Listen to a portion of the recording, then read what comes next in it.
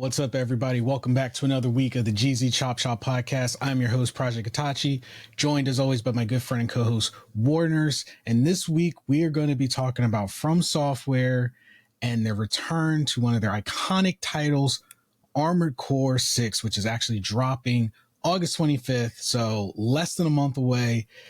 They just dropped a gameplay pretty much trailer and explanation this week, a good 13 minutes of it. I got to say, the game looks amazing. Like, I'm super pumped, super excited. So we're going to talk a little bit about that. But before we get to that, wherever you are listening to this podcast or watching this podcast, make sure to click that subscribe button. Also follow us on social media. You can find us on Twitter at the GZ Chop Shop. And if you like the podcast and you want to support us, check out our Patreon, patreon.com/OSM Media. There you can check out our exclusive podcast, The Afterthoughts After Dark, where we break down some more nuanced topics and sometimes some spicier conversations. So go and check that out. Now, back to Armored Core 6. First, I don't know if you knew this, and I find this very, very amazing. Did you know that Elden Ring and Armored Core 6 and From Software as a whole, both of those games were developed by only 300 people? Yeah, I think they have just over 300 people in their company. Yeah. I didn't know that. I didn't know they were so small. And you know what this tells me? Not to go off on a tangent, but this is going to be like a quick tangent. A team that small making quality games that have become Game of the Year, not once, but twice, shows that, that From Software doesn't let the gaming crowd influence them, and they don't let these bigger companies influence them. They take their time.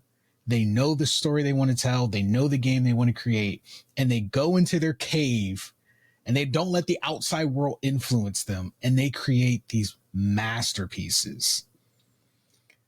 And they just keep chucking out these amazing games, like the Dark Souls series, Bloodborne, Elden Ring, Sekiro, now Armored Core coming back. Like, From Software is on a roll. I think other developers can learn from Software. All these developers got thousands of people. It, dude. They like, love or hate some of the games. You can't deny the Game of the Years. Like, the fact that they're winning those, like, whatever you think about the games, but they're beautiful games and they're fun. 15 Armored Core games, by the way, if you didn't know that. 15 total. Not the one coming up, Armored Core 6, that's going to be number 16. First one in 10 years. Yeah. And a little fun fact here, the more FromSoft, fans out there, they'll know this, but for some of y'all who don't, or you're not super familiar with Armored Core and or Souls games, they do this little thing that they've done it since they first started making when Demon Souls first came out. That's when it was first, you could notice it. A lot of weapons and armor pieces share the same names. I did the Dark Moon Greatsword. Yes. Always makes a return in their games. Some of them, not all of them, but some of them tend to look very similar to each other, like in terms of like how they look from being wielded by a mech versus, a person in the Souls games. I think that's a cool little insert there that they do. I don't feel like some people could argue it's lazy, but I don't think it is. I feel like it's just a cool nod to people who are really fans and they like to. It's an Easter egg for their loyal fan base. Yeah, it's just always been really cool to me. But 15 Armored Core games, dude. Some of them were garbage, prospectively. Some people loved every single one of them. There were definitely a handful. I did not play all of them. I'm not going to be like, I played all of them. I absolutely did not play all 15 of those. I know a handful of people that at least say they claim they have. That's a lot of dedication. My hat's off to you if you played 15 Armored Core games. But me, dude, I love mech games. I've loved Armored Core games since those used to come out. I didn't play all of them. I love Mech Warrior games.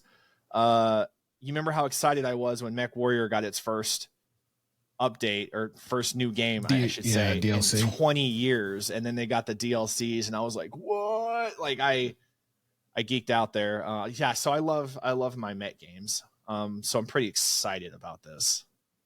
I'm not as well versed in mech games as you are.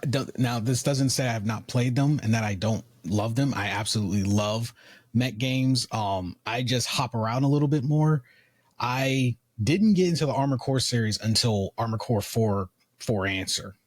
And I played the PSP version because I was like, yo, I feel like I've been missing out. And then, of course, I fell in love with those two. So when Armored Core 5 came out, I was dedicated to Armored Core 5. However, I did not know that a spin-off story came out afterwards, because, you know, I was still in the military, so I didn't always know when games came out, that there was a follow-up story to Armored Core 5 that I just recently learned existed. Yeah. So, and that was the official last game. Well, and you know, for anyone coming into the Armored Core series, maybe you've never played an Armored Core game, do not let that stop you. And the reason I say that is there's a reason there's 15 of these games, okay? And it's not because they all share the same exact story. A good chunk of them are alternate realities, alternate verses, that sort of thing, sub stories. You know, I'd say more or less half of them are you can put together as a single story. The rest are kind of spread out in side stories that aren't necessarily connected. And again, alternate, like, I guess, reality versions. So even if you're not a mech game like fan like I am, I think a big draw for Armored Core is, unlike Mech Warrior is fun. It's very lore based. It actually started as a board game. But unlike Mech Warrior, Armored Core is very fast paced. It is not a slow paced game. You don't build a business or anything like that. So I think that it stands out to Mech Warrior is more niche when it comes to a fan base. A lot of people kind of like that. I guess I don't want to say realism to it necessarily, but it's a slower, more in-depth strategic game versus Armored Core is kind of more or less in your face. Not that there's not strategy, but it's more in your face and fast pace. And, you know, there's an RPG side to it as well, which is absolutely fun. I'm really looking forward to seeing how they're going to do that or implement the RPG portion of this. I don't know. Did you play Armored Core 4 and 5? Yeah, I played 4 Answer and I played 5. 5 was, I guess, their first step into a slight multiplayer element where your mercenary factions competed for territory. I actually loved that implement. You know, when they implemented that, it also didn't lean heavily into the multiplayer, which Armored Core 6 is very focused on the single player aspect, which personally I think is great. I love that FromSoftware has not abandoned the single player experience. And if anything, I think we're going through a phase of multiplayer exhaustion.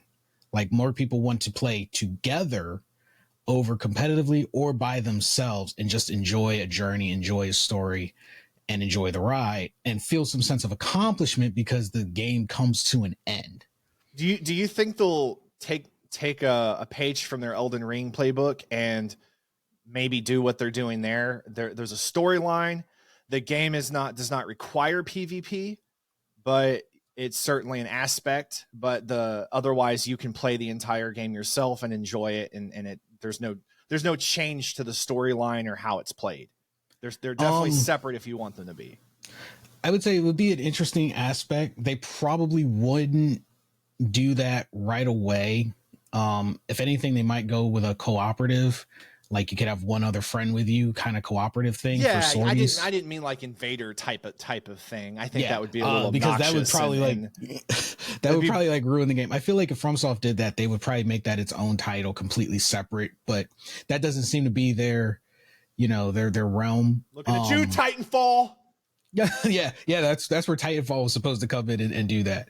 Armored Core, from what I've seen so far, is very story intensive. And it kicks things right off with dropping your pilot 621 into Rubicon.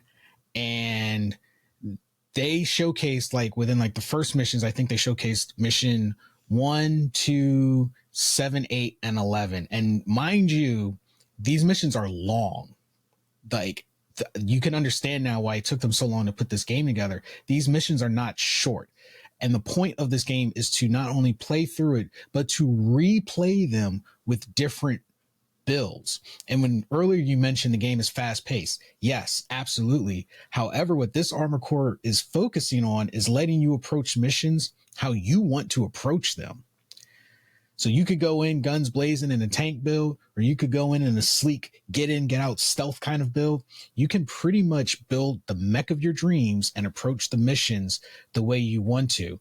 Do you prioritize destroying the targets, or do you take out the enemy ACs and then destroy the targets? And all of this stuff is happening in some missions under time constraints. It's like you prioritize what's going to happen first, how you approach and handle combat.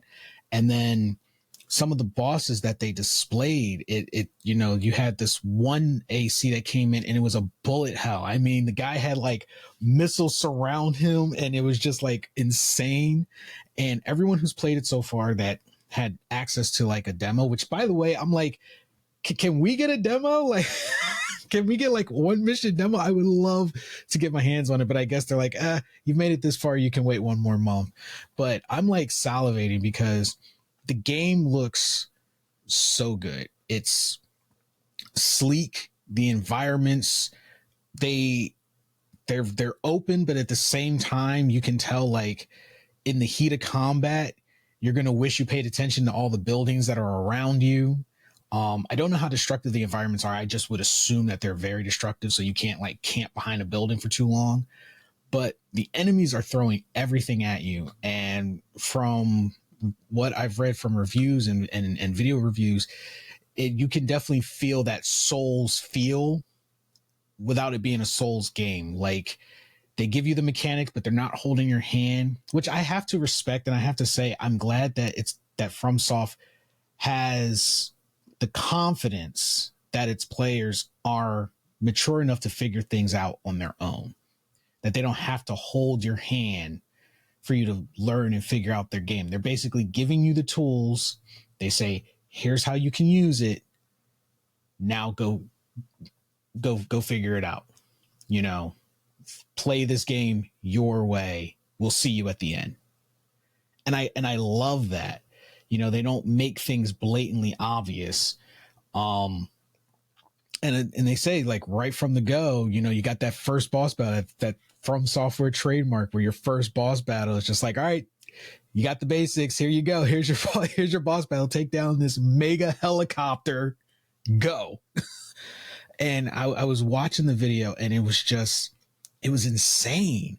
And it just made me realize how much I miss Armor Core, like as you're dashing around and you're firing your weapons. And that's the other thing. Apparently the controls, they designed it in a kind of like with Elden Ring in mind, I think, where anyone can approach this title. Like, yeah, it's Armor Core 6, but I honestly look at it like a reboot of the series, if you will. Because now anyone can approach this Armor Core, and the way you control your mech is basically like if you played any third person action game, you can play Armor Core 6, in my opinion. Because your shoulder weapons are controlled by the bumper. If you're on controller, they're controlled by the bumper buttons. Your main weapons in your left and right, they're controlled by your pad buttons, R2, L2, whatever controller is. You can do your sword attacks with square, I believe. You jump with X. You do your quick boost with circle. And of course, you can customize your controls however you want.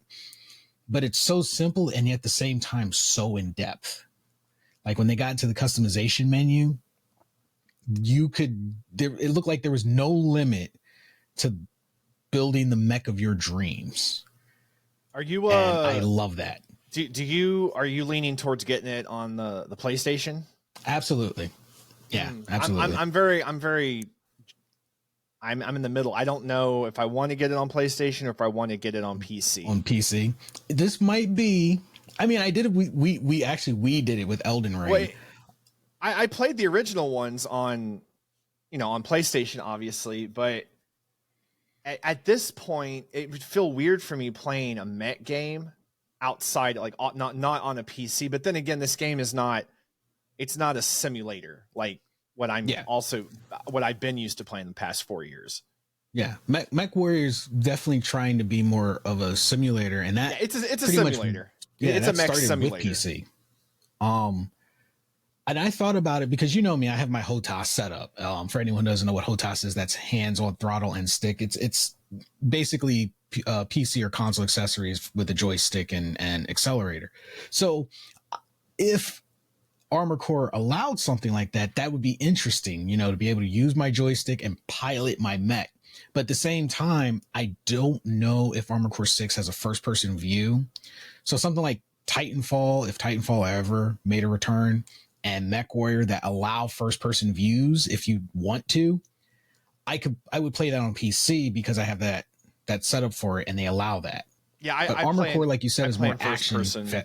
Views on the Mech Warrior, but always third person on Armored Core. Yeah, it'll be interesting. I don't know what I'm going to do yet. It's not. They haven't confirmed or denied like if it's crossplay either. So, yeah, and I mean, we all know that From Software drops at least one, and usually for all their games. I think Sekiro's still the only one that hasn't had one yet. I might be mistaken on this, but they always drop at least one DLC, and they're usually very, very good. So I'm pretty sure we can guarantee that, you know, Armored Core will have at least one DLC and some changes. What I would love, and I know that it probably won't happen, probably not this generation, but I would love for Armored Core to have like a VR ability. VR? I would love. I've been dying for a solid. I don't want to look over VR and game. See a like hellish like bombardment of rockets in my face. Dude, I don't know if you know what Ace Combat is. Yeah, I know what that is. So I played Ace Combat 7. That's also Bandai Namco, and they have VR. What? They implemented VR. And it was actually pretty good. Stressful. It was very stressful, but it was so much fun.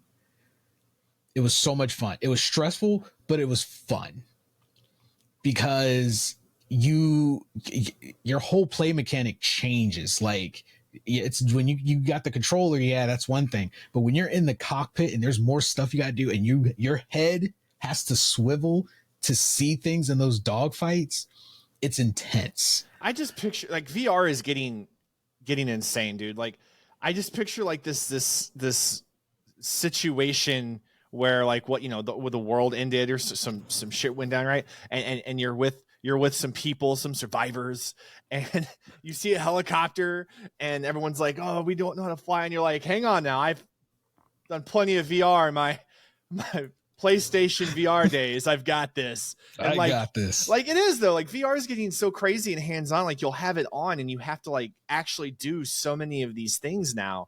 But it's really cool, but it's getting wild. I can't imagine like where are simulators going to be in just maybe a few years with VR. Like how hands-on will you have to be? It's almost like I'm not saying like by all means like people are going to be on par with pilots. That's insane. But it's getting, I imagine it would get comparable like in the next few to 10 years as much as VR is rapidly evolving. Yeah. Yeah. But and do not play Resident Evil 8 on VR. It's terrifying. VR is taking that next step. I'm telling you, like 5 years we'll be all AC pilots. But before we get back to Armored Core, are you a podcaster looking for help with production and post-production? OSN Media, we have your back. We offer a wide range of podcast editing services that cover all your podcasting needs, from mixing and mastering to show notes, SEO, ad placements, and video editing. Plus, our team of experienced professionals can take care of the facts and transcription needed to make sure everything is accurate in every episode. No need to worry about time-consuming parts of the podcast production. Let us handle them for you so you can keep focusing on recording amazing content with OSN Media you will have more time for what matters most, creating great podcasts. So try OSN Media's podcast editing services now by visiting our website, osntechmedia.com. So if you guys are budding podcasters or already have a podcast but need a little bit more time in your schedule, visit our website, check it out. We got you covered.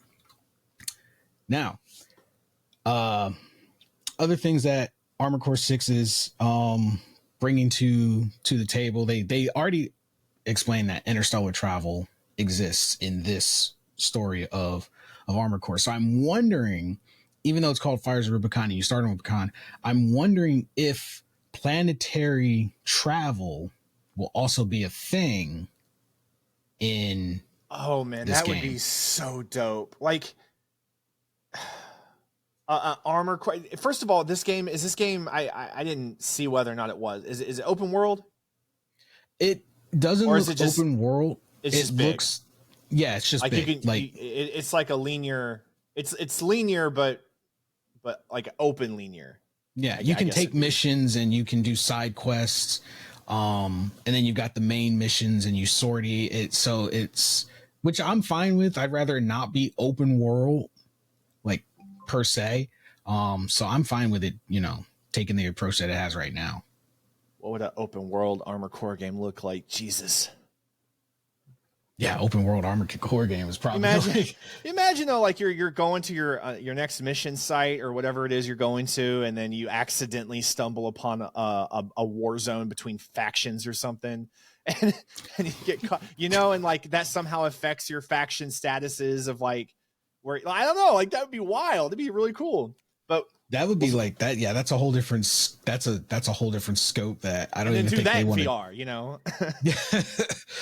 But yeah, it's definitely looking like a great game. I've only heard great things about it. Everyone who's an Armored Core fan is like, ready for this title to come back. I also think it was intentional that they paused the Armored Core series. Because I don't know if you remember, but Elden Ring was technically 10 years in development. Yeah, that they took a long time for that game, and they've taken so long for Armored Core 6 that I mean it was, it was never confirmed or denied, obviously, but a lot of the fan base thought that they had just like not canned it, but just walked away from it and called it a day. Well, look at the coincidental time frame. Elden Ring was in development for 10 years and Armored Core stopped when 10 years ago. 10 years ago, yeah. So what was probably happening was maybe the team was divided between the two projects. Like Elden Ring was in the pipeline and they had a huge author working with them, George R.R. Martin, and they probably had to keep on schedule with that because, at the time there's, And when did Dark Souls 3 come out? Was it 2013? I think it was like 2013 or 15. I think it was a little after 2013. No, actually, I think you're right. It's like 2013, 2014. Yeah, somewhere in there. My point was that they've put games out since then, and games that were by all means, pretty good. And I think Dark Souls 3 was pretty good. I didn't really care much for 2. 2016. So yeah, so they've been putting games out. Or I guess they put a game out. Sekiro, my fucking language sucks sometimes. Bloodborne. So yeah, they've been putting games out, but Elden Ring, I would imagine Elden Ring was quite the undertaking. Yeah, that was a huge undertaking that probably pulled a lot of the resources. Also, the thing with Dark Souls, they had started Dark Souls probably like before Elden Ring went into development, going back to Dark Souls 1. They already had a formula that they could work with. And while the Dark Souls series feels open world, it's not. It's just one technical level that is interconnected in different ways. Where Elden Ring is a full-on open world, everything connecting, so you can traverse wherever, however you please. with a very, very intensive lore for you to find. So that was definitely a huge undertaking. Armored Core 6 seems like it's following suit in that same way. While it's not open world, there are tons of missions that are going to paint the bigger picture, probably what started the war with the corporations, what's the deal with Rubicon? Why do the pilots you work with and your pilot not have names? Because there was a very important piece dropped in the trailer that stuck out to me. And it, your handler, I think his name's Handler Walter, says, basically make a name for yourself and you can buy back your identity. And I'm like, what does that mean? Buy back your identity. Did something happen? Is there a new kind of like, where did humanity go where you have to buy back your identity? Like, how much trouble did you have to get in to lose who you are, to then be in servitude as a AC pilot, to earn enough cred to buy back your identity? So there's so many things that could tie with that. Was your memories wiped and you were then reformed to become a pilot? And then once you've earned your place, or, die in combat, but if you've earned your place, you can then find out who you used to be. And then, like, I want to know what the deal is with, especially, 621, and what's the whole, what are all these corporations with? Because that's the thing. It's always corporations. And apparently no matter where humanity is in the galaxy, it's always this corporation competing with this corporation. Hire some mercenaries to go mess up that corporation so we can make more money by putting them out of business and blowing up their big machines. Meanwhile, where's the government? Yeah, exactly. No government overseeing body. I want all these questions answered. Also, the cinematics in the game looked amazing. And this is just me. Like, don't get me wrong. Like I said, the game looks beautiful, looks amazing. But the cinematics were so well done. I was like, please tell me that's the gameplay graphics as well. Go ahead and lower your standards, because that's almost never the case. Yeah. Like, it shifted, and it wasn't like a huge downgrade. And I could understand that maintaining that level of quality would be probably nearly impossible right now for a game like Armored Core. They would have to sacrifice something somewhere. They could be like, hey, we could give you this beautiful game and it'll probably have like 4 missions. Or we can give you a really fleshed out, lore intensive game and you just get those nice cinematics every now and then. I'm like, you know what? Give me the fleshed out, lore intensive game. I am absolutely happy with that. I am content with that. Let's make it happen. But definitely a really good game. I'm very excited for it. It feels promising.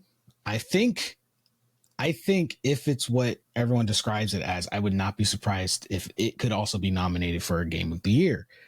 I've never seen a mech game up for a Game of the Year, so that would be a first. I would hope, I would love to see that. Anyone who's got a mech game itch, this could be the one to scratch it. So Armored Core 6, Fires Rubicon. Have you guys seen the videos? Have you guys read up on any early reviews? Are you getting it? What are you getting it on? Let us know. But that's all the time we've got for this podcast. We would love to hear your guys' thoughts. If you're an Armored Core veteran, hit us up. What's your favorite Armored Core? We would love to know. Anyway, thank you guys so much for spending some time with us. Take care of yourself and each other, and we will catch all of you wonderful people on the next podcast. Later.